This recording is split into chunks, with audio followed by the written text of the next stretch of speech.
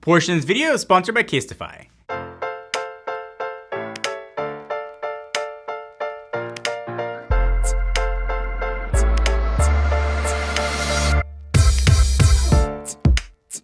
Every year, obviously, a new iPhone gets released, and Apple is pumping up new features. But after using the phone and all those new features, like the marketing push starts to wear off. The commercials mean very little, and the new iPhone, I think, starts to show its true colors.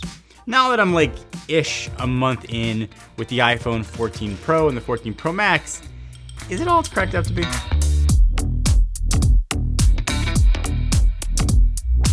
So by far the most exciting part of the iPhone 14 Pro, at least initially to me, was Dynamic Island and its horrible marketing name. It was really the only, I think, surprise of the entire announcement. And it seemed like a really well thought out feature that utilized space that's already being taken up by a notch anyway. The excitement has worn off. Like the novelty factor of it being new has worn off. But I really like Dynamic Island. If that space can be taken up anyway, being able to have notifications pop up there. I love the way Apple's done the new notifications. I love that it's dynamic. I love that I can switch apps through there. And I also love that it's improving with software updates to show more information, more third-party information, sports scores. I think we've just scratched the surface of what it's going to be. It's a feature that I use, I like. It doesn't seem as wonderful and magical as Apple wants you to believe. But it is really nice to have, and I think for the first time in a while, changed the way that I sort of interact with the phone. As interesting as it is and as fun as it is to interact with, I don't think it's a reason to upgrade your phone, at least not the only reason to upgrade your phone. What might be for some people is the always on display. Now it has been many moons since it was first introduced on the Android side, and honestly, I'm shocked it took Apple this long to make it a reality. I've been thinking a lot about how to say this. So here's what I came up with. It seems like Apple took the term always on display very literally. And the display is always on. When I've had it on my phone, I oftentimes think my phone is turned on. It's just slightly darker, but that's about it. I'm not talking about the new iOS 16, lock screen features, widgets, and that kind of stuff. I'm just talking always on display. It is, in every sense of the word, literally your lock screen, just slightly dimmer.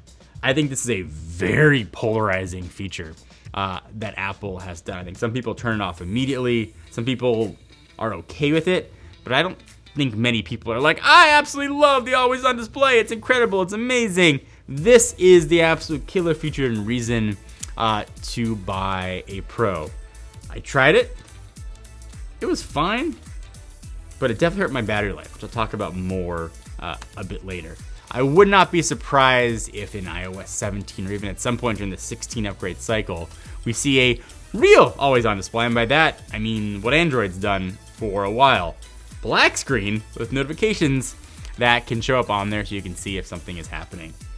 That's what I envision always on display to be. Maybe it's an old school way of thought. Maybe there's a new thing Apple's doing, but I don't see it. I don't really like it as much anymore. In fact, I've turned it off on my phone.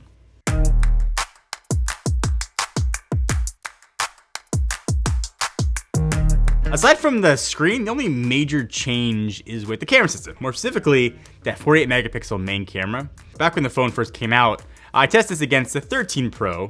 I'll put these pictures up here right now. It was very hard to tell the difference in regular photos. And a month later, that is unsurprisingly still the case.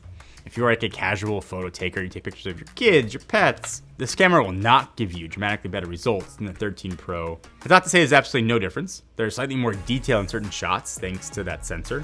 Low light is improved, which is a big deal for these small cameras. So that is good, but generally, you're getting great cameras on both phones. Where you do see a difference is when you go into Pro RAW mode and you start messing with editing these photos yourself. I know that is not something everybody is going to do. It's something that I rarely do myself, but this is where you can see the sensor come to life. There's significantly more detailed information stored in these photos. You can take a photo that looks relatively drab and edit it to look incredible. For example, I could take this photo and turn it into this. And in a way, this is the first time I've seen the proness of these phones actually be shown off. If you're in the iPhone ecosystem, this new sensor lets you produce images that you just couldn't do before. And if you care about photography on an iPhone, you get a huge upgrade this year. Listen, if you walk into any Apple store, you will see walls and walls of cases.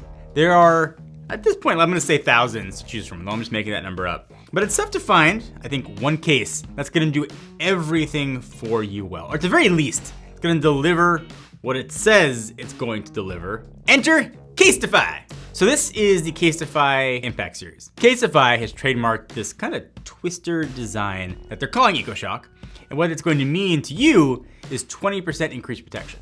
And usually increased protection means gymongous case. But by placing this sort of in the corners, you are getting not only 20% increased protection, but also 5 times military standard. This thing has been drop tested 130 times to make sure the EcoShock won't wear off. Now listen, don't drop your case 150 times is the moral. But should you, you'll be covered. Twister design is going to also give you negative space. That's going to help with tension distribution to avoid cracks. So that's good. It's also the obvious thing you'd expect. Abrasion resistant with cushions to help with those inevitable falls. And if sustainability is your thing, we should all probably be a little more focused on it. The cases are made with 65% recycled materials and are plant-based. And for me, the first job of a case is to protect. But if you kind of sometimes want to make it yours, uniquely you. Casetify has a ton of artist collabs and prints, so you can pick the one that's best for you. And OBS, they are all MagSafe compatible. I hate myself for saying OBS, but they are all MagSafe compatible as well. Casetify also offers a bunch of other cases, so if you're not judging me for the words that I use and you want to learn more about what they offer or save 15%, I got a link for you down below.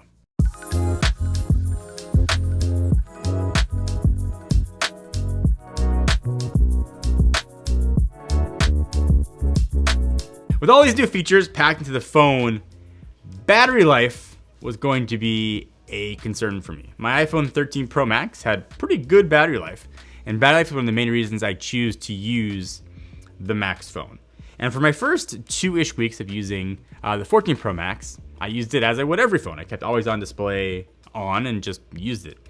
The battery life is a weird metric to talk about because mostly it's determined by third-party apps. And it's not really the fault of the manufacturer, but by how those apps are using battery life. So in my case, it's TikTok, it's Instagram, and it's Chrome. And those are big battery life drainers. And I was surprised that at the end of my day, I would have 10, 14%. My little icon would be red in the upper right-hand corner. That was not what I was used to on my 13 Pro Max. So I tried to just see what happened if I turn always on display off. I tended to get about an extra 15 to 20% of battery life out of the phone. That was extremely telling and not surprising considering, like I said, the screen is perpetually lit up. Now I expect that to improve with software updates, so this argument may not be relevant 6 months from now or even sooner, but I have not been overly impressed with battery life. But I think it boils down to, this does not appear to be any better than the iPhone 13 Pro Max. So if you're coming at this thinking you want huge battery life improvements, you're not going to be very happy here.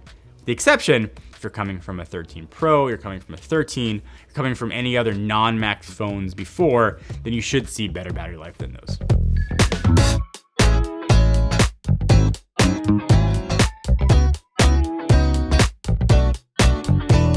The 14 Pro, in my case the 14 Pro Max, is a tough one to recommend to everybody, especially with the iPhone 15 rumors coming of USB Type-C in there, new camera systems, a better everything thrown in.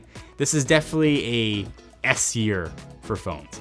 And there's a bunch of other small features with this phone, like the A16 processor, brighter display, action modes, crash detection, and more, but those never really stood out to me in day-to-day use.